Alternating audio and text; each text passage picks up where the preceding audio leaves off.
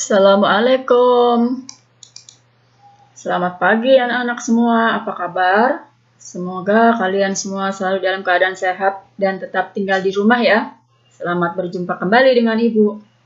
Ya, kali ini kita akan mempelajari tentang pembahasan soal kelarutan dan hasil kali kelarutan yang sudah kita kerjakan minggu lalu. Jadi sekarang kita akan membahas tentang soal-soal yang sudah kita kerjakan minggu lalu ya anak-anak. Mulai dari nomor yang pertama. Soal nomor 1. Apa yang dimaksud dengan larutan tidak jenuh? Larutan tidak jenuh merupakan larutan yang mengandung zat terlarut atau solid kurang dari yang diperlukan untuk membuat larutan jenuh. Atau dengan kata lain, larutan yang partikel-partikelnya tidak tepat habis bereaksi dengan pereaksi. Artinya masih bisa melarutkan zat tersebut. Jadi larutan tak jenuh itu terjadi apabila hasil kali konsentrasi ion lebih kecil dari KSP-nya.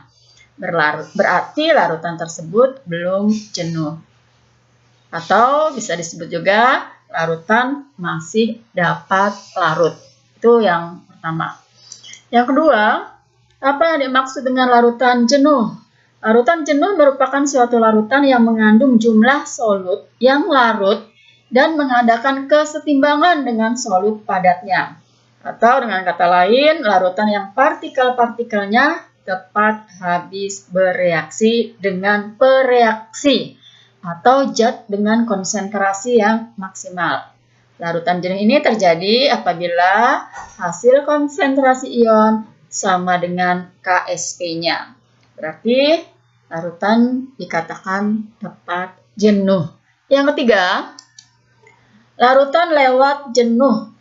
Suatu larutan yang mengandung lebih banyak solut daripada yang diperlukan untuk suatu larutan jenuh. Atau dengan kata lain, larutan yang tidak dapat lagi melarutkan zat terlarut, sehingga terjadilah suatu endapan. Larutan sangat jenuh terjadi apabila hasil kali konsentrasi ionnya lebih besar dari KSP. Nah, berarti larutan dikatakan mengendap atau lewat jenuh. Yang berikutnya, yang keempat, apa sih yang dimaksud dengan kelarutan? Kelarutan atau solubilitas adalah suatu kemampuan zat kimia tertentu atau zat terlarut untuk larut dalam suatu pelarut. Nah, kelarutan ini dinyatakan dalam jumlah maksimum zat terlarut yang terlarut dalam suatu pelarut zat pada suatu kesetimbangan. Nah, jadi itu jawabannya anak-anak untuk soal nomor 1. Mudah ya? Nah, Ibu rasa ini sudah benar semua nih. Jadi jangan lupa dikoreksi nomor 1. Ada 4 option jawabannya.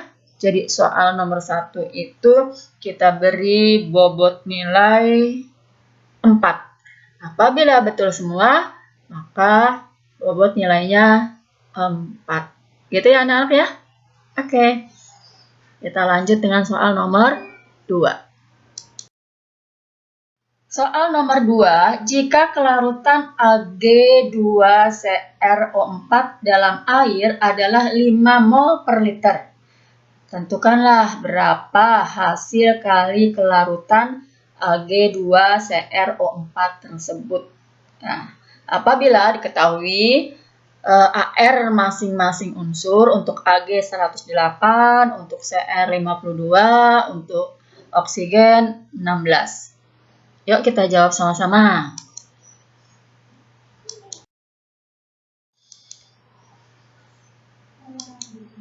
Langkah awal yang harus kita perhatikan adalah buatlah persamaan reaksi dari Ag kromat. Buat persamaan reaksi dari Ag2CrO4. Nah, Ag2CrO4 ini akan terion menjadi 2Ag+, ditambah CrO4 2-. Itu langkah awal, jadi itu harus selalu kita tulis ya. Langkah berikutnya, kita misalkan kelarutan dari Ag2CrO4 ini adalah S, maka kelarutan dari 2Ag+ adalah 2S. dan kelarutan dari dari CrO4 2- adalah S. Kita punya perbandingan kelarutan S berbanding 2S berbanding S. Itu langkah kedua. Jadi perbandingan kelarutan yang kita buat. Langkah 3, kita buat rumus dari KSP Ag2CrO4. Rumus KSP Ag2CrO4 sama dengan konsentrasi Ag plus kuadrat karena koefisien dari Ag plus 2, maka rumus KSP-nya konsentrasi Ag plus menjadi kuadrat. Nah, angka 2 di koefisien reaksi bertindak sebagai kuadrat di rumus KSP Ag2CrO4. Diulangi ya. Jadi rumus KSP Ag2CrO4 sama dengan konsentrasi Ag plus kuadrat dikali konsentrasi CrO4 2-. Dari rumus KSP yang sudah kita buat, maka kita buat ringkasan dari rumus KSP Ag2CrO4 sama dengan 2S kuadrat. Kita masukkan harga kelarutannya. 2S kuadrat dikali S. Maka rumus KSP dari Ag2CrO4 sama dengan 4S pangkat 3. S adalah kelarutan dari Ag2CrO4.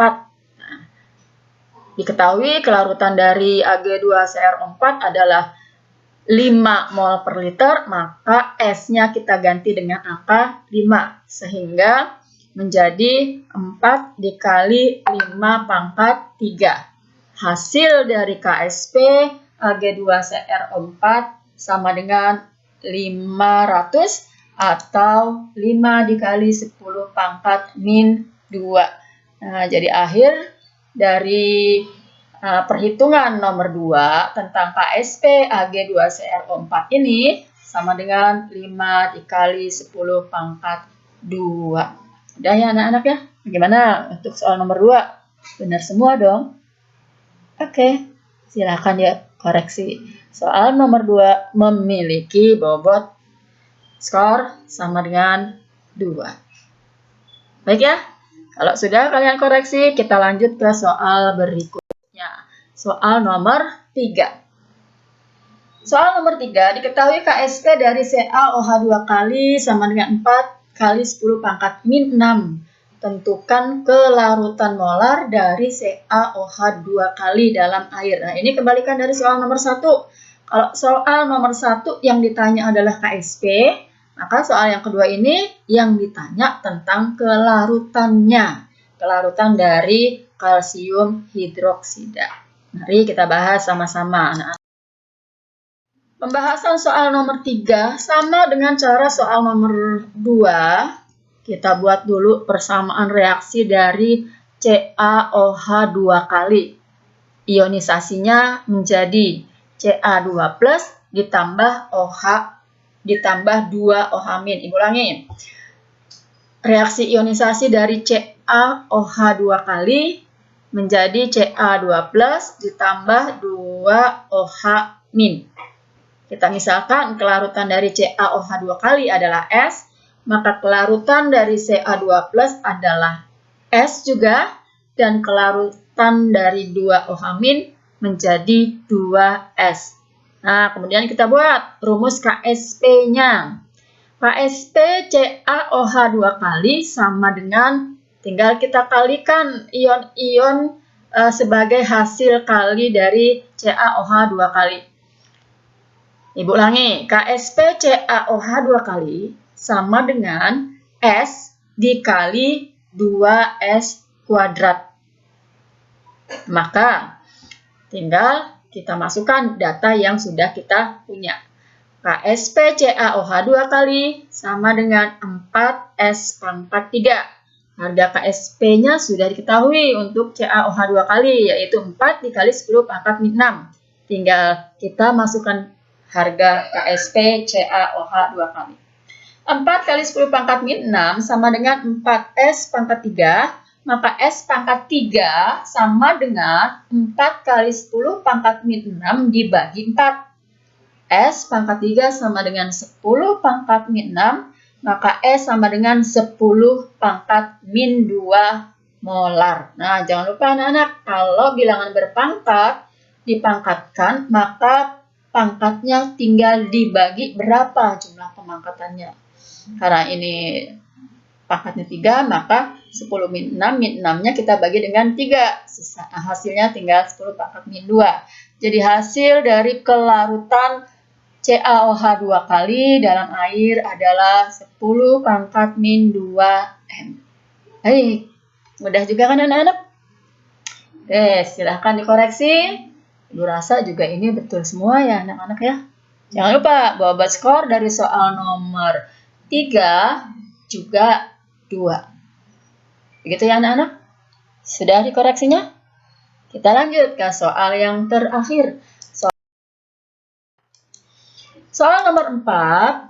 Apabila diketahui pada suhu tertentu sebanyak 0,35 gram BaF2 barium fluorida dengan Mr 175 melarut dalam air murni membentuk 1 liter larutan jenuh. Berapakah hasil kali kelarutan BaF2 pada suhu tersebut? Kita jawab ya anak-anak ya. Sama dengan soal-soal terdahulu, langkah awal selalu kita buat persamaan ionnya. BaF2 terion menjadi Ba2+ ditambah 2F-. Kita misalkan kelarutan masing-masing ion. Kalau kelarutan BaF2 adalah S mol per liter, maka kelarutan Ba2+ juga S mol per liter, dan kelarutan 2F- adalah 2S mol per liter. Kita tentukan rumus KSP dari BaF2. KSP BaF2 sama dengan konsentrasi Ba2+ dikali dengan konsentrasi ion 2F- kuadrat. Nah, karena dia punya koefisien sama dengan 2. Nah, KSP BaF2 sama dengan 4S pangkat 3. Karena yang ditanya adalah berapa KSP-nya, dan kelarutannya juga belum ada, tapi yang diketahui baru masanya. Maka kita menentukan dulu rumus S-nya. S adalah kelarutan. Nah, untuk mencari rumus S ini sama dengan, jadi kita samakan dengan rumus mencari molaritas. Di mana rumus molaritas adalah N per V. N adalah mol, mol itu rumusnya gram per mr, V adalah volume larutan.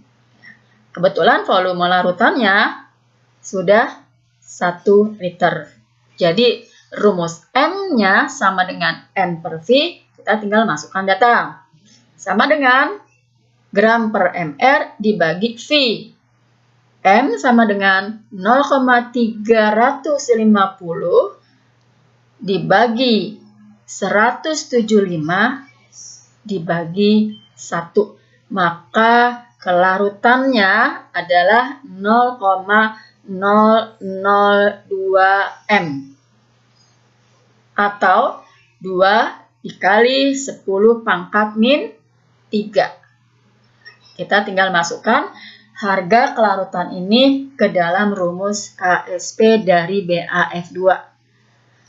Maka KSP BaF2 sama dengan 4S pangkat 3. KSP BaF2 sama dengan 4 dikali 2 dikali 10 pangkat min 3 pangkat 3. Hasilnya adalah 3,2 dikali 10 pangkat min 8. Itu adalah hasil akhir dari KSP BaF2. Mudah ya anak-anak? Silakan koreksi. Betul semua ya? Oke, kalau sudah, soal nomor 4 juga memiliki bobot skor sama dengan 2. Jadi, nanti penilaiannya, jumlah soal, kita tinggal hitung berapa nilai keseluruhannya. Kita punya 4 soal ya anak-anak ya. Untuk soal nomor 1, 4 bobotnya. Untuk soal nomor 2, 2. Untuk soal nomor 3, 2. Untuk soal nomor 4, 2. Jadi kalau kalian betul semua, maka nilainya adalah 10 atau sama dengan 100. Oke anak-anak, siap untuk mengoreksi, memberikan penilaian? Oke. Kalau sudah, tulis nilai kalian di bawah jawaban yang sudah kalian buat pada buku kalian. Kemudian jangan lupa untuk memfoto hasilnya dan kirimkan kembali ke Ibu melalui Google Classroom kalian. Apabila ada yang kurang jelas, nanti silakan kalian tanyakan pada pembelajaran kita selanjutnya. Baik anak-anak, terima kasih atas kerjasamanya. Tetap stay at home. Assalamualaikum warahmatullahi wabarakatuh. Salam sehat selalu.